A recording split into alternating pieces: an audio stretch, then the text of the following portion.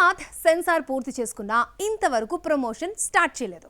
Run time 2 hours 34 minutesకి fix అయినా pre release event ఎప్పుడో తెలియడం లేదు. సినిమా 19న రిలీజ్ అవుతోంది. ప్రీమియర్స్ ఉంటాయా, టికెట్ రేట్లు పెంచుతారా, ఇలా చాలా క్వశ్చన్స్కి మేకర్స్ సమాధానం దొరకడం లేదు. ఉస్తాద్ రిలీజ్ కు ఇంకా 8 రోజులే ఉంది. దర్శకుడు హరీష్ శంకర్ ఒక్కడే సోలోగా ప్రమోషన్ చేసుకుంటూ దూసుకుపోతున్నాడు. పవన్ సినిమా అంటే హీరోయిన్స్ ప్రచారం ఎక్కువగా కనిపిస్తుంది. సినిమాలో 2 హీరోయిన్స్ రాశి ఖన్నా, శ్రీలీల ఉన్నా ఇంతవరకు బయటకు రాలేదు. పవన్ కళ్యాణ్ వచ్చినా ప్రీ రిలీజ్ ఈవెంట్కే పరిమితమవుతాడు. ఆ వేడుక ఎప్పుడో ఇంకా అనౌన్స్ చేయలేదు. ఇవన్నీ ఇప్పటికే జరిగుంటే అదిరిపోయే హైప్ వచ్చేది. ఇప్పుడు అందరి చూపు పవన్ కళ్యాణ్ పైనే. పొలిటికల్ గా బిజీగా ఉన్న పవన్ ఉస్తాద్ ప్రమోషన్స్ కు ఎన్ని రోజులు కేటాయిస్తాడంటూ మేకర్స్ లెక్కలేసుకుంటున్నారు.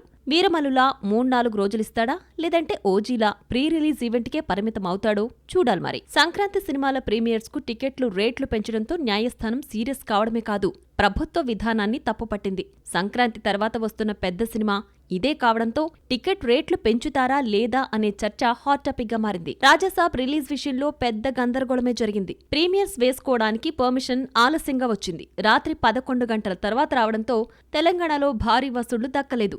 ఇదే సీన్ రిపీట్ కాకూడదనుకుంటే టికెట్ రేట్లు హైక్ పోకుండా నార్మల్ టికెట్ రేట్లకే పర్మిషన్ తెచ్చుకుంటారా? ప్రీమియర్స్ కు తెలంగాణ ప్రభుత్వం పర్మిషన్ ఇస్తుందా లేదా? ఇవన్నీ ప్రశ్నలుగానే మిగిలిపోయాయి. టికెట్ రేట్లు పెరగకపోతే ఆ ఎఫెక్ట్ ఉస్తాద్ ఓపెనింగ్స్ పై గట్టిగా పడనుంది.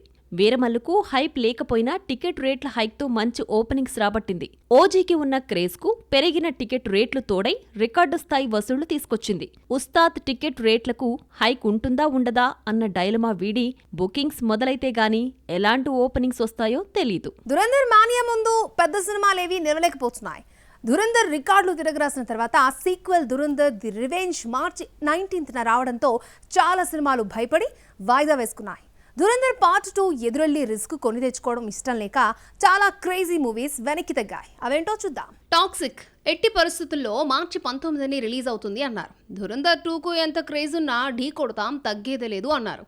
ఇంకేముంది, టాక్సిక్ వచ్చేస్తోందంటూ యష్ ఫ్యాన్స్ పండగ చేసుకోవడానికి రెడీ అవుతున్న టైంలో రిలీజ్ వాయిదా వేశారు. అదేమంటే యుద్ధం కారణంగా చూపించారు. వారు ఒక వంక మాత్రమే, అసలు రీజన్ మాత్రం దురంధర్ ది రివెంజ్.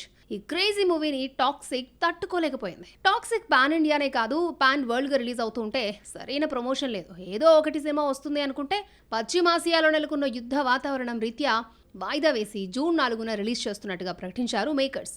పశ్చిమాసియాలో యుద్ధానికి టాక్సిక్ రిలీజ్కి సంబంధం ఏంటంటూ యష్ ఫ్యాన్స్ ఫైర్ అయ్యారు. యుద్ధం జరుగుతున్న దేశాలను నమ్ముకుని సినిమా తీశారా అంటూ ప్రశ్నిస్తున్నారు. తెలుగు, కన్నడం, ఇండియా కలెక్షన్స్ కంటే ఇరాన్, ఇజ్రాయెల్, యుఎస్ఏ కలెక్షన్స్ ముఖ్యమైందా అంటూ కామెంట్లు చేస్తున్నారు. టాక్సిక్ రిలీజ్ పోస్ట్ పోన్కు అసలు కారణం చెప్పలేక యుద్ధంపై నెపం వేశారంటూ కన్నడిగులు మండిపడుతున్నారు. 19న రావాల్సిన టాక్సిక్ వాయిదా పడినా అదే రోజు వస్తున్న ధురంధర్కు యుద్ధం అడ్డు రావడం లేదా అంటూ యష్ ఫ్యాన్స్ అడుగుతున్నారు. ప్రపంచవ్యాప్తంగా 1900 కోట్లు గ్రాస్ కలెక్ట్ చేసిన ధురంధర్కు సీక్వెల్ గా ధురంధర్ 2 భారీ అంచనాలతో వస్తోంది. మరి ఈ క్రేజీ ప్రాజెక్ట్ కు లేని పోస్ట్ పోన్మెంట్ టాక్సిక్ కి ఎందుకు అంటున్నారు? దురంధర్ ది రివెంజ్ దెబ్బకు మార్చి 19న రావాల్సిన డెకాయిట్ ఏప్రిల్ 10కి వెళ్ళిపోయింది. మార్చి 26న రావాల్సిన పారడైజ్ 27న వద్దామనుకున్నా పెద్ద సినిమా షూటింగ్ పూర్తి కాక రిలీజ్ వాయిదా వేసుకున్నాయే కానీ లేదంటే అవి కూడా థియేటర్లోకి వచ్చేవి కాదేమో. దురంధర్ 2, టాక్సిక్ వంటి పాన్ ఇండియా మూవీస్ ఒకే రోజు రావడంతో డెకాయిట్ వెనక్కి తగ్గాడు. వరుస హిట్స్ తో దూసుకుపోతున్న అడ్విశేష్ డెకాయిట్ తో సక్సెస్ కంటిన్యూ అవుతుంది అన్న కాన్ఫిడెన్స్ తో ఎంతున్నా దురంధర్ 2 క్రేజ్ ని డెకాయిట్ తట్టుకోలేకపోయాడు. మేజర్ సందీప్ ఉన్నికృష్ణన్ జీవిత కథ ఆధారంగా రూపొందిన సినిమా మేజర్ లో అడ్విశేష్ నటించాడు. ఈ సినిమా తెలుగుతో పాటు హిందీలో సక్సెస్ కావడంతో ఈ క్రేజ్ ని యూజ్ చేసుకుంటూ డెకాయిట్ ని కూడా హిందీలో రిలీజ్ చేస్తున్నారు. దురంధర్ పార్ట్ 2 క్రేజ్ ని తట్టుకునే ధైర్యం డెకాయిట్ కి లేకపోవడంతో ఏప్రిల్ 10కి వెళ్ళిపోయింది. తమన్నా కనిపించి ఏడాది అవుతోంది. ఓదులా 2 తర్వాత తెలుగులో మరొక ఛాన్స్ దక్కలేదు. రవితేజ కొత్త సినిమా ఇరుముడులో తమన్నా పేరు వినిపిస్తోంది. మిల్కీ బ్యూటీని తీసుకోవాలంటే కోట్లతో వ్యవహారం. మరి 3-4 కోట్లు ఇచ్చి తమన్నాను తీసుకుంటారా? బడ్జెట్ వర్కౌట్ అవుతుందా? తమన్నా రవితేజ కాంబినేషన్ లో ఆల్రెడీ బెంగాల్ టైగర్ వచ్చింది. సినిమాకు ఓపెనింగ్స్ వచ్చినా నిలబడలేకపోయింది. అయితే తమన్నా గ్లామర్ డాల్ గా మెరిసి మరిన్ని ఆఫర్స్ అందుకుంది. ఆ తరువాత మాస్ రాజాతో జోడీ కట్టింది లేదు. భర్త మహాశయులకు విజ్ఞప్తి తరువాత రవితేజ ఫ్యామిలీ డైరెక్టర్ శివనిర్వాణకు ఛాన్స్ ఇచ్చాడు.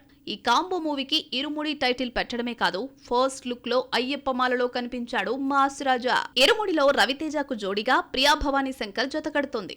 అయితే ఇందులో మరో ఇంపార్టెంట్ రోల్ కోసం తమన్నాను సంప్రదించినట్లు తెలిసింది.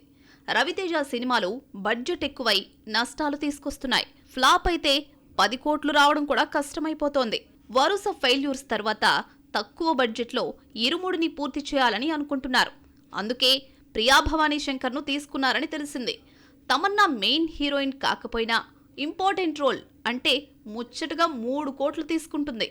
బడ్జెట్కు మించిన రెమ్యూనరేషన్ ఇచ్చి తమన్నాను తీసుకుంటారో లేదో చూడాలి మరి. తమన్నాకు బ్యాడ్ టైం గుడ్ టైం కలిసి నడుస్తోంది. హిట్ లేకపోవడం బ్యాడ్ అయితే బాలీవుడ్ ఆఫర్స్ రావడం గుడ్ టైం.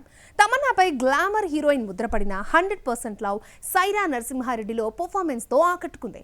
F3 తర్వాత సరైన హిట్టు పడలేదు. తెలుగులో ఎన్నో ఆశలు పెట్టుకున్న భోలా శంకర్ నిరాశపరిచింది. అదేమిటో గాని ఈ అమ్మడికి లేడీ సెంట్రిక్ ఫిల్మ్స్ కూడా కలిసి రాలేదు. హిందీలో Kangana hit movie queen, Telugu remake that is మహాలక్ష్మితో ఫస్ట్ టైం లేడీ ఓరియంటెడ్ మూవీలోకి అడుగు పెడితే ఇంతవరకు రిలీజ్కి నోచుకోలేదు. మరో lady centric movie Babli bouncer మూవీతో ఛాన్స్ కొట్టేసింది అనుకుంటే థియేటర్స్ లోకి అడుగు పెట్టకుండానే సైలెంట్ గా ఓటీటీలోకి వచ్చేసింది.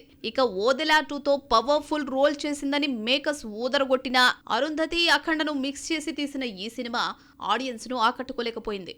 ఓదెలా 2 తర్వాత తమన్నా తెలుగులో ఏ సినిమా చేస్తోంది అంటే ఒక్కటి చేతిలో లేదు. తమన్నా హీరోయిన్ గా ఫెయిల్యూర్ అయినా ఐటమ్ గర్ల్ గా హిట్ అయింది. జైలర్ ప్రమోషన్ కు తమన్నా కావాలయ్య సాంగ్ ఉపయోగపడింది. ఆ తర్వాత హిందీలో 600 కోట్లకు పైగా రాబట్టిన స్త్రీ 2లో తమన్నా ఐటమ్ సాంగ్ సినిమాలో స్పెషల్ గా నిలిచింది. అజయ్ దేవగన్ మూవీ రైట్ 2తో మరోసారి ఐటమ్ గర్ల్ గా మెరిసింది. 16 ఏళ్ల కెరీర్ లో సౌత్ లోని అన్ని భాషల్లో నటించిన తమన్నా ప్రస్తుతం ఒకే ఒక తమిళ చిత్రంలో నటిస్తోంది. స్పెషల్ సాంగ్స్ స్పెషలిస్ట్ గా ముద్రపడిన తమన్నా తెలుగులో ఘనీ తర్వాత మరో ఐటమ్ సాంగ్ చేయలేదు. హిందీలో మాత్రం ఏకంగా 8 సినిమాలతో బిజీగా గడిపేస్తోంది. అవతార్ 3 గురించి ఎంతో ఊహించుకుంటే ఆశలపై నీళ్లు చల్లారు. అవతార్ రికార్డును బ్రేక్ చేస్తుంది అనుకుంటే అవతార్ 2ను కూడా తాకలేకపోయింది.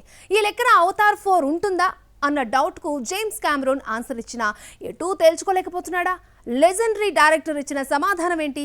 2009లో వచ్చిన అవతార్ రికార్డులు చెక్కు చెదరలేదు. సినిమా వచ్చి 16 ఏళ్లైనా వరల్డ్ టాప్ గ్రాసర్ గా ఇప్పటికీ అవతార్ స్థానం పదిలంగానే ఉంది. అవతార్ 2.9 బిలియన్ అవతార్ రికార్డును అవతార్ 2 బ్రేక్ చేస్తుందని అందరూ ఊహించారు. The way of water tag line తో 2002లో వచ్చిన అవతార్ 2 కిక్ ఎక్కించలేకపోయింది. డివైడ్ టాక్ వచ్చిన 2.32 బిలియన్ వసూళ్లు రాబట్టడం విశేషం. అవతార్ 3 బిలియన్ మార్క్ టచ్ చేయడానికి చాలా కష్టపడి ఎట్టకేలకు 1.48 బిలియన్ వసూళ్లు రాబట్టింది. అవతార్ 3కి ఉన్న క్రేజ్ తో పోల్చుకుంటే వచ్చిన కలెక్షన్స్ బాగా తక్కువ. అవతార్ 3 వసూళ్లు నిరాశపరచడంతో అవతార్ 4, అవతార్ 5ను తీయాలా వద్దా అన్న ఆలోచనలో కామెరూన్ పడ్డారు అన్న టాక్ కొంతకాలంగా వినిపిస్తోంది. తన రికార్డులను తనే బ్రేక్ చేసుకున్న జేమ్స్ కామెరూన్ కలెక్షన్స్ లో వెనకబడిపోయాడు. అవతార్ రాకముందు ఎక్కువ కలెక్ట్ చేసిన సినిమా టైటానిక్ రికార్డు కూడా ఈ డైరెక్టర్ పేరు మీదే ఉంది. 1997లో వచ్చిన టైటానిక్ అప్పట్లో ప్రపంచవ్యాప్తంగా కలెక్షన్స్ సునామీ సృష్టించింది. 28 ఏళ్ల క్రితం వచ్చిన ఈ సినిమా 2.26 బిలియన్ వసూళ్లు సాధించింది. మళ్లీ 12 ఏళ్లకు జేమ్స్ కామెరూనే తన రికార్డును అవతార్ తో బ్రేక్ చేశారు. జేమ్స్ కామెరూన్ కు మళ్లీ రికార్డులు బ్రేక్ చేసే రోజు చూడాలంటే అవతార్ నుంచి బయటికి రావాలి. అవతార్ ఫ్రాంచైజీలో మొత్తం 5 సినిమాలు రావాల్సి ఉన్నాయి. థర్డ్ పార్ట్ కు ఫ్లాప్ టాక్ రావడంతో 4-5 పార్టులు ఉంటాయా లేవా అన్న డౌట్ కు జేమ్స్ కామెరూన్ క్లారిటీ ఇచ్చేశాడు. సాటర్న్ అవార్డుల వేడుకలో జేమ్స్ కామెరూన్ అవతార్ 4 గురించి మాట్లాడుతూ సీక్వెల్ పై ఇంకా నిర్ణయం తీసుకోలేదని, కానీ సెట్స్ పైకి తీసుకెళ్లే ఛాన్స్ ఎక్కువ ఉందన్నాడు. ఒకవైపు నిర్ణయం తీసుకోలేదు అంటూనే అవతార్ 4 ఉంటుందన్న జేమ్స్ కామెరూన్ మాటలకు అర్థాలు వేరులా ఉన్నాయి. ఆడియన్స్ అభిప్రాయాలను పరిగణలోకి తీసుకుని 3 పార్టులను మరోసారి సమీక్షించుకుని ముందుకెళ్తామన్నాడు దర్శకుడు. అవతార్ నుంచి ఎన్ని పార్టులు వచ్చినా స్టోరీ లైన్ మారడం లేదు. పండోరా వాసులు తమ జాతిని రక్షించుకోవడమే కథ లక్ష్యం. అయితే లొకేషన్ ఒక్కటే చేంజ్ అవుతోంది. ప్రకృతి, నీరు, నిప్పు, గాలి, ఆకాశమంటూ పంచభూతాలు మారినా అవే మనుషులు, అవే కథలు. పక్షుల సాయంతో పైకి ఎగరడం, ఇదంతా రొటీన్ అయిపోయింది. ప్రతి పార్టుకు కలెక్షన్స్ పడిపోవడంతో ఫ్రాంచైజీ కంటిన్యూ చేయడం అంత ఈజీ కాదు. మరి కామెరూన్ అవతార్ 4, అవతార్ 5ను తీస్తాడో లేదో చూడాలి మరి.